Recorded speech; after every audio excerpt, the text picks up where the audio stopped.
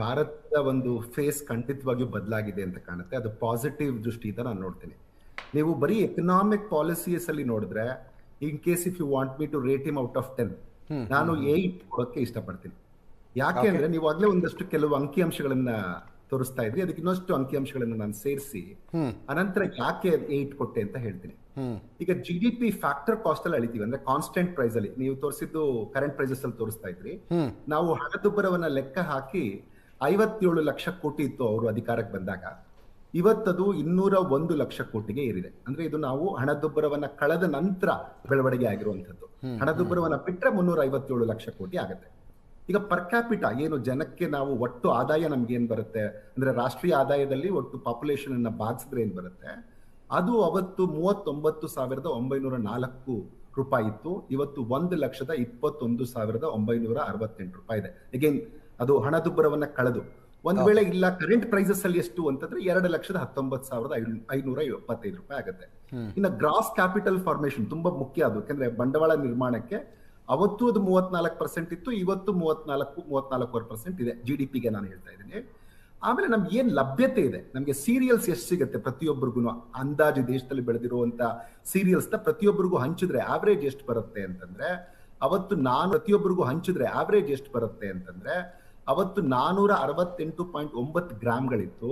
ಇವತ್ತದು 521.7 gram ಇದೆ. ಅಂದ್ರೆ India ಇವತ್ತು, ಭಾರತ ಇವತ್ತು ಹೆಚ್ಚು ಪೌಷ್ಟಿಕ ಆಹಾರವನ್ನ ತಿಂತಾ ಇದೆ ಅನ್ನೋದಕ್ಕೆ ಇದೊಂದು ಪ್ರೂಫ್ ಇದೆ. ಆಮೇಲೆ ಪಲ್ಸಸ್ ನೋಡಿ, ಪಲ್ಸಸ್ ಅವತ್ತು 41.9 ಗ್ರಾಮ್ ಇತ್ತು, ಇವತ್ತು ಅದು 47.1 ಗ್ರಾಮ್ ಇದೆ.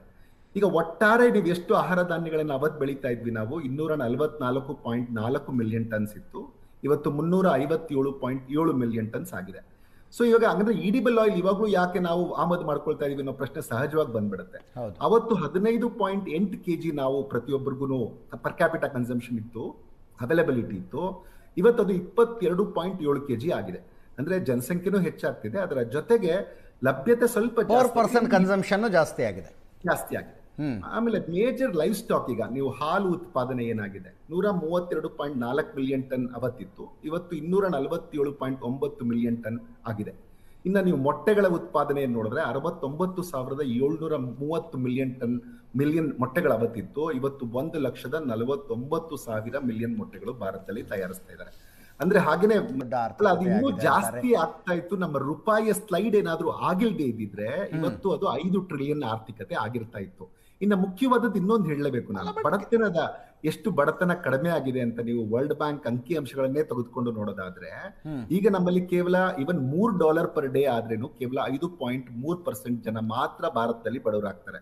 $2.25 ಅಲ್ಲಿ ತಗೊಂಡ್ರೆ ಕೇವಲ 2.5% ಜನ ಭಾರತದಲ್ಲಿ. ಹಂಗಂದ್ರೆ ಯಾಕೆ ಇವಾಗ್ಲೂ 130 ಸ್ಥಾನದಲ್ಲಿದೆ, ಕೆಳಗಡೆಯಿಂದ ಎಣಿಸ್ಬೇಕಾ ಅಂತ. ಅವಾಗ ಕೂಡ ನಾವು ಗಮನಿಸೋದೇನಿಲ್ಲ ಅಂತಂದ್ರೆ, human development value over all ಆಗಿ ಹೆಚ್ಚಾಗ್ತಾ ಇದೆ, ಆದ್ರೆ ರಿಲೇಟಿವ್ಲಿ ಇನ್ನೂ ಹೆಚ್ಚಾಗಬೇಕಾಗಿತ್ತು. 14 ನಮ್ಗೆ ಏನಾಗಿತ್ತು, 0.46 ಇತ್ತು, ಇವತ್ತು 0.68 ಬಂದಿದೆ. ಸೊ ಗ್ರೋತ್ ಇದೆ, ಅದು ಇನ್ನೂ ಹೆಚ್ಚಾಗಿದ್ದಿದ್ರೆ ಅದು ನಿಮಗೆ ಕಾಣಿಸ್ತಾ ಇತ್ತು. ಮುಖ್ಯವಾದ ಕಾರ್ಯಕ್ರಮಗಳು ನೋಡಿ, ನಿಮಗ ಮೊದಲು ಎಷ್ಟು ಜನರ ಹತ್ರ ಅಕೌಂಟ್ ಇದೆ ಅಂತ ಲೆಕ್ಕ ಆಗ್ತಾ ಇದ್ವಿ, ಇವಾಗ ಎಷ್ಟು ಜನರ ಹತ್ರ ಅಕೌಂಟ್ ಇಲ್ಲ ಅಂತ ಲೆಕ್ಕ ಆಗ್ಬೇಕು. ಯಾಕಂದ್ರೆ ಅಡಲ್ಟ್ ಪಾಪ್ಯುಲೇಷನ್ ಇವತ್ತು ಆಲ್ಮೋಸ್ಟ್ 90%, ಇವನ್ ನಮಗೆ ಅಂತಾರಾಷ್ಟ್ರೀಯ ಮಟ್ಟದಲ್ಲಿ ಹೇಳ್ತಾ ಇದೆ, ಸರ್ಕಾರ ಅದನ್ನ 95-96% ಹೇಳ್ತಾ ಇದೆ. ಎಲ್ಲ ಅಡಲ್ಟ್ಸ್ ಹತ್ರ ಬಹುತೇಕ, ಇವನ್ ನಾವು ಕೂಡ ಸರ್ವೆ ಮಾಡಿದ್ವಿ 3 ರಾಜ್ಯಗಳಲ್ಲಿ, ಅದರಲ್ಲೂ ಗಮನಿಸಿದ್ದು ನಾವು, ಈ ಬಹುತೇಕ ಎಲ್ಲರ ಹತ್ರ ಇವತ್ತು ನಿಮ್ಗೆ ಅಕೌಂಟ್ ಇದೆ. ಇನ್ನು ಅದನ್ನ ಕ್ರೆಡಿಟ್ ಇವುಗಳಿಗೆ ಮುಂದುವರಿಸಬೇಕು. ಮೇಕ್ ಇನ್ ಇಂಡಿಯಾ ನೋಡಿ, one of the flagship programme. ನಮ್ಮ ಮ್ಯಾನುಫ್ಯಾಕ್ಚರಿಂಗ್ ಇವತ್ತು ಏನಾದ್ರೂ ಹೆಚ್ಚಾಗಿದೆ ಅನ್ನೋದಕ್ಕೆ ಕಾರಣ ಒಂದು make in India.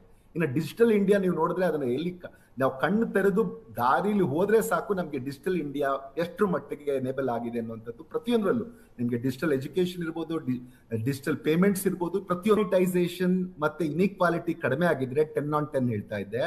Demonetisation failure ಇಂದ ಮತ್ತೆ ಇನ್ಕಮ್ ಮತ್ತೆ ವೆಲ್ತ್ ಇನ್ಇಕ್ವಾಲಿಟಿ ತುಂಬಾ ಹೆಚ್ಚಾಗಿದ್ದರಿಂದ ನಾನು 8/10 ಅಂತ ಹೇಳಿದೆ. Otherwise it is too good. ಇವೆರಡೂ ಫ್ಯಾಕ್ಟರ್ಸ್ ಮೇಲೆ ಡಿಮಾನಿಟೈಸೇಷನ್ ನಡೀತಾ ಇದ್ದಿದ್ರೆ ಅಥವಾ ಅಸಮಾನತೆ ಇಲ್ಲದೆ ಇದ್ದಿದ್ರೆ, ಕಡಿಮೆ ಆಗಿದ್ರೆ, ಇಲ್ಲದೆ ಇರೋಕ್ ಸಾಧ್ಯನೇ ಇಲ್ಲ. ಎಲ್ಲ ಪ್ರಪಂಚದ ಎಲ್ಲ ರಾಷ್ಟ್ರಗಳಲ್ಲೂ ಅಸಮಾನತೆ ಇದ್ದದ್ದೇ. ನಮ್ಮಲ್ಲಿ ಕಡಿಮೆ ಆಗಿದ್ದಿದ್ರೇನೋ ನಾನು 10/10 ಅಂತ ಇದ್ದೆ, ಅದಕ್ಕೋಸ್ಕರ 8/10 ಅಂತ ಹೇಳಿದೆ. ಇವೆರಡು ಫ್ಯಾಕ್ಟರ್ಸ್ ನನಗೆ ಯಾವಾಗ್ಲೂ ಅನಿಸ್ತಾ ಇರುತ್ತೆ, ಇನ್ನಷ್ಟು ಹೆಚ್ಚಳ ಆಗಿ ಡಿಮಾನಿಟೈಸೇಷನ್ ಸರಿಯಾಗಿ ಹ್ಯಾಂಡಲ್ ಮಾಡಬೇಕು ಅನ್ಸುತ್ತೆ.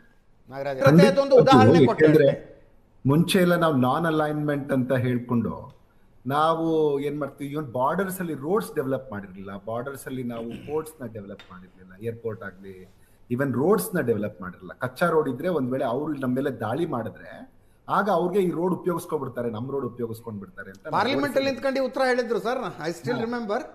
ಹೇಳಂದ್ರೆ ಹೆಸರು ಹೇಳ್ಬಿಡ್ತೀನಿ. ನಾವು ಬೇಕು ಅಂತಾನೆ ಚೈನಾ ಬಾರ್ಡರ್ ನಲ್ಲಿ ರೋಡ್ಗಳನ್ನ ಚೆನ್ನಾಗಿಟ್ಟಿಲ್ಲ, ಯಾಕಂದ್ರೆ ಚೀನಿಯರು ಒಳಗೆ ದಾಳಿ ಮಾಡಿದ್ರೆ ಆ ರೋಡ್ಗಳನ್ನ ಬಳಸ್ಕೊಂಡು ವೇಗವಾಗಿ ಭಾರತದೊಳಗೆ ಬಂದ್ಬಿಡ್ತಾರೆ ಅನ್ನೋ ಉತ್ತರ ಬಂದಿತ್ತು. Even it's A barren land, ಅಲ್ಲಿ ಏನು ಬೆಳೆಯಲ್ಲ ಅಂತ ಕೂಡ ಹೇಳಿದ್ದನ್ನ ನಾವು ಕೇಳಿದೀವಿ ಹಿಂದೆ.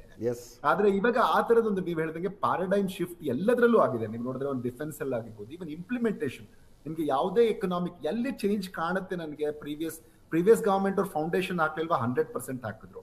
ಕೆಲಸಗಳು ಒಳ್ಳೇದ್ ಮಾಡ್ಲಿಲ್ವಾ, ಮಾಡೋ ಪ್ರಯತ್ನ ಅಂತೂ ಖಂಡಿತ ಮಾಡಿದ್ರು. ಭಾರತದಲ್ಲಿ ಒಂದ್ ಕಾಲದಲ್ಲಿ 50-70% ಪಾವರ್ಟಿ ಅಂತ ಮಾತಾಡ್ತಿದ್ವಿ, ಖಂಡಿತ ಕಡಿಮೆ ಮಾಡೋ ಪ್ರಯತ್ನ ಮಾಡಿದ್ರು, ಅನೇಕ ಒಳ್ಳೊಳ್ಳೆ ಪಾಲಿಸೀಸ್ ತಂದ್ರು. ಆದ್ರೆ ಇಂಪ್ಲಿಮೆಂಟೇಷನ್ ಏನಾಗ್ತಾ ಇತ್ತು, ಸೋರ್ ಹೋಗ್ತಾ ಇತ್ತು ಸೆಂಟ್ರಲಿ. ಅದನ್ನ ರಾಜೀವ್ ಗಾಂಧಿ ಅವರು ಒಂದ್ಸರಿ ರೂರಲ್ ಡೆವಲಪ್ಮೆಂಟ್ ಪ್ರೋಗ್ರಾಮ್ ಬಗ್ಗೆ ಮಾತಾಡುವಾಗ ಹೇಳ್ತಾರೆ, ಕೇವಲ 16 ಪೈಸೆ ಮಾತ್ರ ಜನರಿಗೆ ಬೆನಿಫಿಷರಿಗೆ ತಲುಪುತ್ತೆ ಅಂತ. ನಿಜವಾಗ್ಲೂ hats off to that person, ಯಾಕೆಂದ್ರೆ ಧೈರ್ಯವಾಗಿ ಗುರುತಿಸಿ ಹೇಳುವಂತದಕ್ಕೂ ಅದು ಎದೆಗಾರಿಕೆ ಬೇಕು.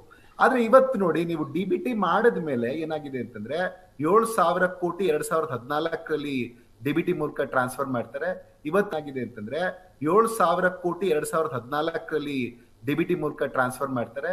ಇವತ್ತದು ಒಟ್ಟಾರೆ ನೀವು ನೋಡಿದ್ರೆ 7.5 ಲಕ್ಷ ಕೋಟಿ ಅಷ್ಟು ಟ್ರಾನ್ಸ್ಫರ್ ಮಾಡ್ತಾರೆ. ಸಬ್ಸಿಡಿ ಎಷ್ಟು ಕೊಡ್ತಾ ಇದ್ರು ಅದಕ್ಕೆ ಕಡಿಮೆ ಆಗಿದೆ. ಯಾಕೆಂದ್ರೆ 100% ತಲುಪುತ್ತೆ, ಸೋರೋ ಪ್ರಶ್ನೆನೇ ಇಲ್ಲ.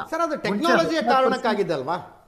ಅಲ್ಲ, ಟೆಕ್ನಾಲಜಿ ನೀವು ನೋಡಿ, ಇಲ್ಲಿ ಒಂದೇನಂದ್ರೆ ತಂತ್ರಜ್ಞಾನ ಆಗಿನ ಕಾಲದಲ್ಲೂ ಒಂದು ಮಟ್ಟದ ತಂತ್ರಜ್ಞಾನ ಇರುತ್ತೆ. ಯಾವ್ದು ಎಷ್ಟರ ಮಟ್ಟಿಗೆ ನಾವು ಉಪಯೋಗಿಸ್ಕೊಂಡು ಅದನ್ನ ತಲುಪಿಸೋ ಪ್ರಯತ್ನ ಮಾಡಿದ್ವಿ ಅನ್ನುವಂಥದ್ದು ಮುಖ್ಯ ಆಗುತ್ತೆ. ಈಗ ಸೋರಿಕೆ ಆಗದಾಗ ತಡಿಲಿಕ್ಕೆ ಇಚ್ಛಾಶಕ್ತಿ ಬೇಕು. ಆ ಇಚ್ಛಾಶಕ್ತಿ ಇಲ್ಲದೆ ಇದ್ರೆ ಏನಾಗುತ್ತೆ, ಈ ತಪ್ಪುಗಳಾಗತ್ತೆ. ಈಗ ಏನಾಗಿದೆ, ಇವಾಗ ಸ್ಪಷ್ಟವಾಗಿ ಪ್ರತಿಯೊಬ್ಬರಿಗೂ ಎಷ್ಟು ತಲುಪುತ್ತೆ ಅಂತ.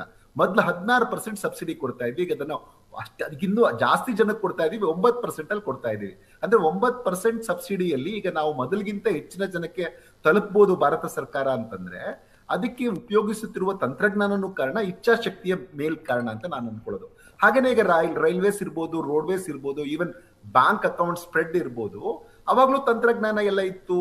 ಅವಾಗ ಏನಂದ್ರೆ ಹೆಚ್ಚು ಜನಕ್ಕೆ ಅಕೌಂಟ್ಸ್ ಕೊಡ್ಬೋದು, ಕೊಡಕ್ ಆಗ್ತಿರ್ಲಿಲ್ವಾ, ಕೊಡ್ಬೋದಿತ್ತು. ಅವರು ಒಂದು ಮಟ್ಟಕ್ಕೆ ಪ್ರಯತ್ನ ಪಟ್ರು. ಆದ್ರೆ ಅವಾಗ ಬರೀ 36 ಬ್ಯಾಂಕ್ ಅಕೌಂಟ್ ಇತ್ತು 1000 ಅಡಲ್ಟ್ಸ್ಗೆ. ನಾನು ಮಾತಾಡ್ತಿರೋದಾಗಿ ತುಂಬಾ ಹಳೆದಲ್ಲ, 2014ಕ್ಕೆ, 2016ರಿಂದಲೇ ಕಂಪೇರ್ ಮಾಡ್ತಾ ಇದ್ದೀನಿ. ಯಾಕಂದ್ರೆ ಹಿಂದಿನ ಕಂಪೇರ್ ಮಾಡಿದ್ರೆ ಆಗ್ಲೇ ಆರಂಭ ಆದಾಗ ನೀವು ಹೇಳ್ದಂಗೆನೆ ಘಟನಾ ಯಾವ್ಯಾವ ಸ್ಥಿತಿಯಲ್ಲಿ ಇದ್ವಿ ಅನ್ನೋದಕ್ಕೆ ವ್ಯತ್ಯಾಸ ಆಗತ್ತೆ ಅನ್ನೋ ಕಾರಣಕ್ಕಾಗಿ ನಾನು ಕೇವಲ 2014ರಿಂದ. ಈಗ ನೋಡಿ, ಎಲ್ಲ ಬಹುತೇಕ 89% ಅಂತ ಇದೆ ಹೇಳುತ್ತೆ. 1000